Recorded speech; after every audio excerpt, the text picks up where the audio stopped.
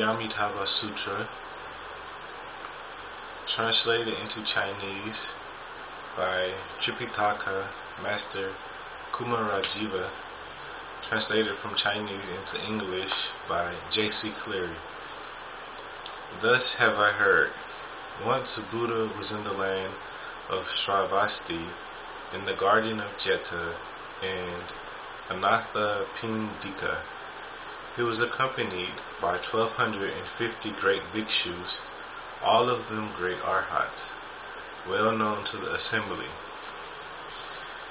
Among them were his leading disciples, such figures as the elder Shariputra, Madhyalayana, Mahakashyapa, Mahakatyayana, and Mahakushtila, Revata, Suripantaka, Nanda, Ananda, Rahula, Gavampati, Hindola, Bharadvajra, Kalodayin, Mahakaptina, Vakula, and Aniruddha, etc., all great disciples. Also present were the Bodhisattvas, Mahasattva, Manjushri, Prince of the Dharma, the Bodhisattva Ajita, the Invincible, and the Bodhisattva of Constant Progress, Gandhahashtin, Nichodyukta, and other such great enlightening beings.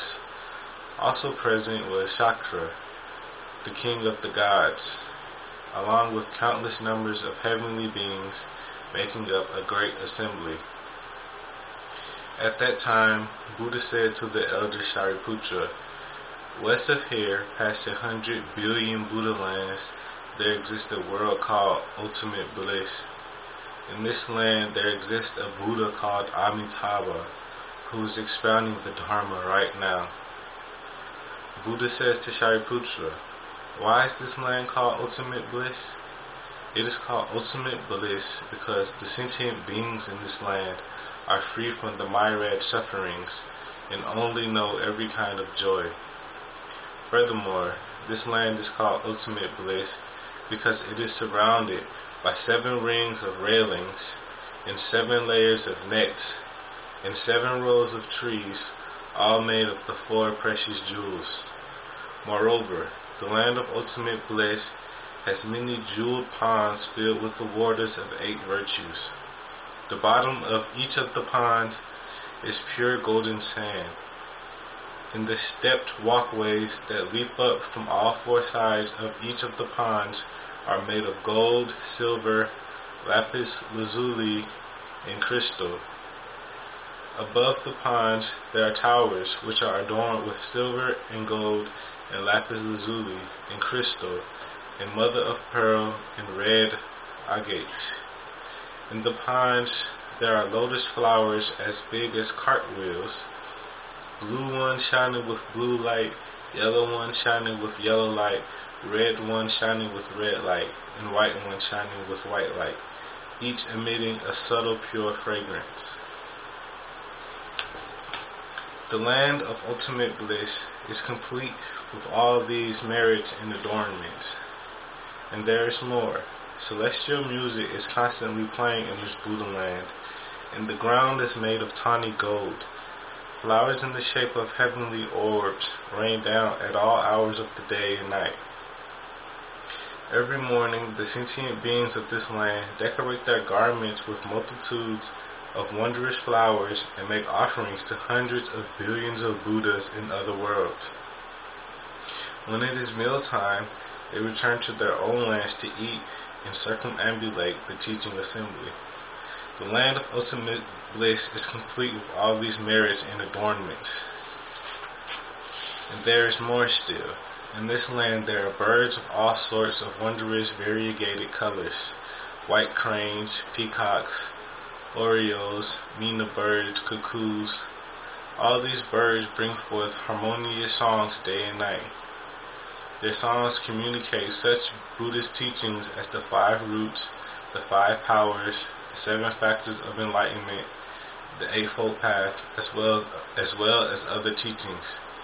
When the sentient beings in this land hear the voices of the birds, they are mindful of the Buddhas, mindful of the Dharma, and mindful of the Sangha.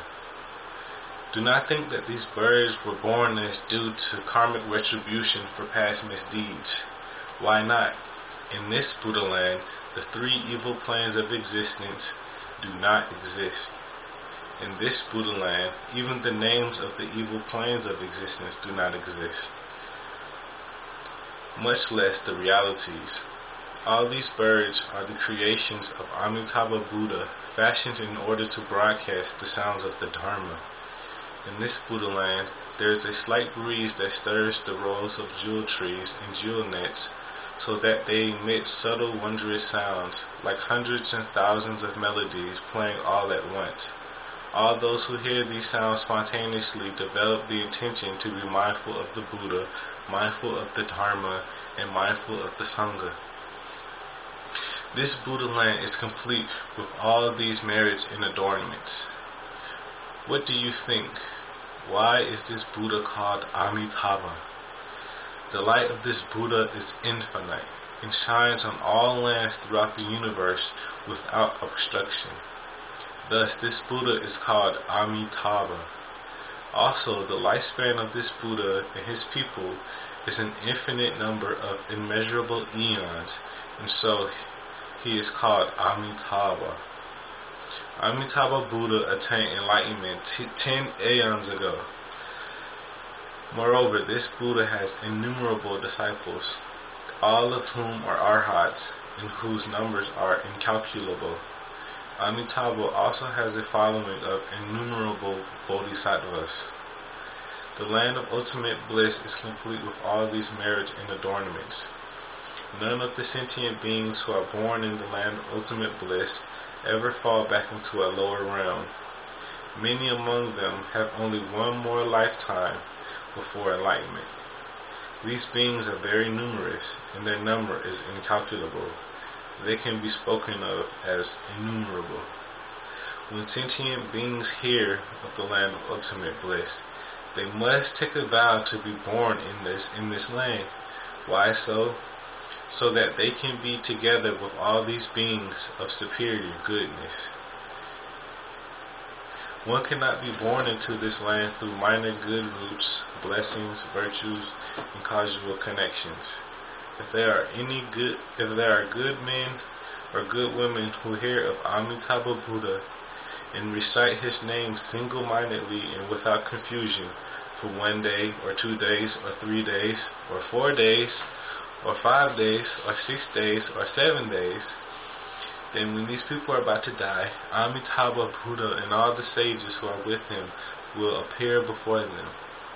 When these people die, their minds will not fall into delusion, and they will attain rebirth in Amitabha Buddha's land of ultimate bliss.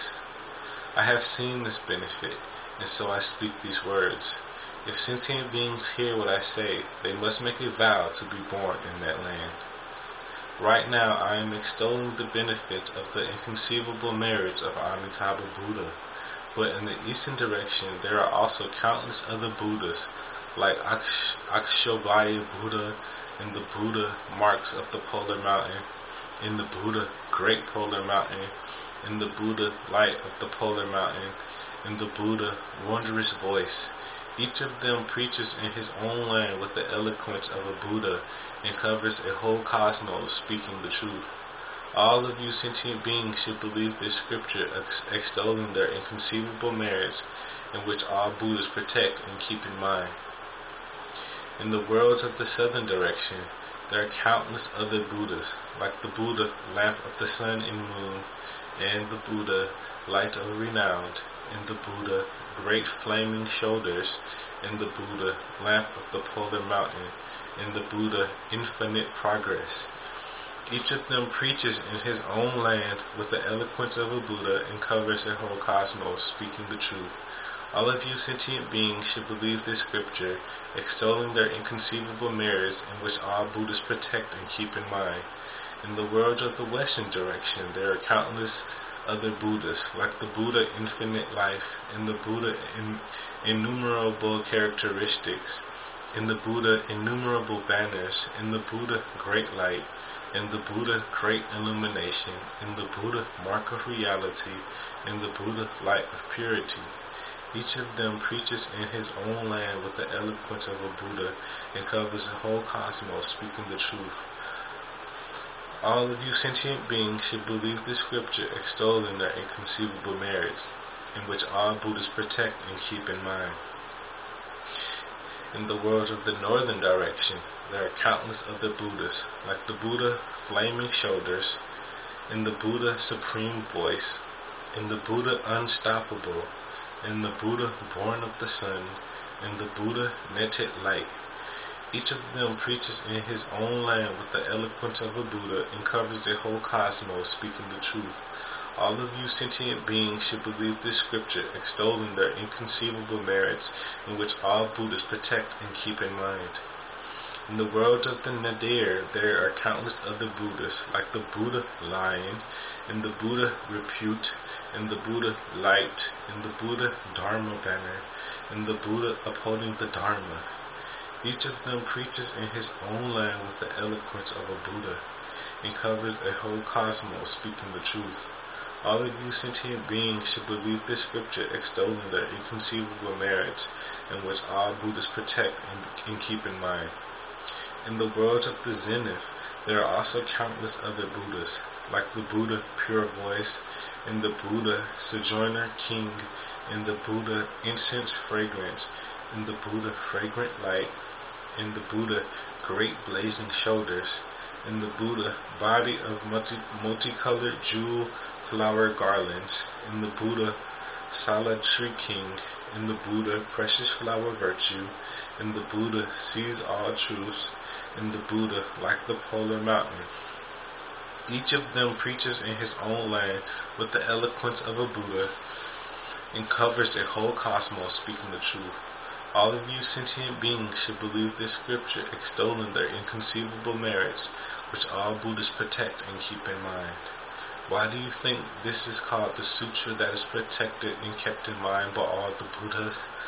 If they are good men and good women who hear this scripture, accept it and uphold it, and they hear the names of all these Buddhas, and all these good men and good women will be protected and kept in mind by all these Buddhas, and all of them will reach the level where they do not turn back from complete, unexcelled, correct enlightenment. Therefore, all of you should faithfully accept what I say and what all the Buddhas have said. All those people who have vowed, or are vowing, or will vow to be born in the land of Amitabha Buddha reach the level where they do not turn back from complete, unexcelled enlightenment, whether in their past lives, their present lives, or their future lives. Therefore, all good men and good women, if they have faith, must make a vow to be born in that land. Just as I am now extolling the inconceivable merits of all the Buddhas, and all those Buddhas are likewise extolling my inconceivable merits with these words, Shakyamuni Buddha is able to carry out a most difficult and rare task. In this world, endurance. In an evil world of the five corruptions, the corruption of the age, the corruption of views, the corruption of afflictions, the corruption of sentient beings, and the corruption of life. He is able to achieve complete, unexcelled enlightenment and to expound the truth which all beings in all worlds find hard to believe. Know then that in the midst of this evil world of the five corruptions, I am able to carry out this difficult task, attain complete unexcelled enlightenment, and expound the truth which is so hard to believe for beings in all worlds. This is indeed most difficult. When Buddha had finished preaching this scripture, Shariputra and all the monks, and all the other gods and humans and asuras, and the rest who had been listening, having heard what the Buddha said, rejoiced and faithfully accepted it. They all bowed in homage and departed.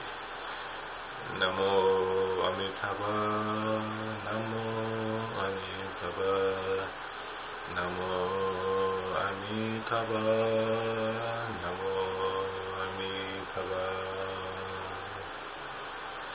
Namo Amitabha, Namo Amitabha, Namo Amitabha, Namo Amitabha, Namo Amitabha, Namo Amitabha, Namo Amitabha, Namo Amitabha, Namo Amitabha, Namo Amitabha, Namo Amitabha.